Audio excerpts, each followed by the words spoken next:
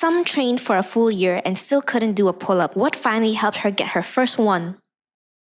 大家好，我係阿心。一直以嚟我都好想做到 pull up。咁以前呢，就喺網上睇咗無數咁多教做 pull up 嘅片啦，又叫做到嘅朋友去教我練，點知自己足足練咗成年都係做唔到。咁喺我好心灰意冷之際呢，無意中就喺 IG 見到 Get Go， 咁啊抱住 nothing to lose 嘅心態去試下上 trial class 啦。咁就係咁樣開始咗，一上就上咗半年，就跟住 Leanne 教我做嘅動作去慢慢練。咁自己一直都冇再試過夾硬拉上去，直至有一日上堂呢 Leanne 同我講：喂，阿心，你可能可以拉到個 pull up 喎。咁我心諗唔係啊嘛，咁啊半信半疑，即管翻屋企試下啦。喂，點知真係拉到，嗰下真係好感動。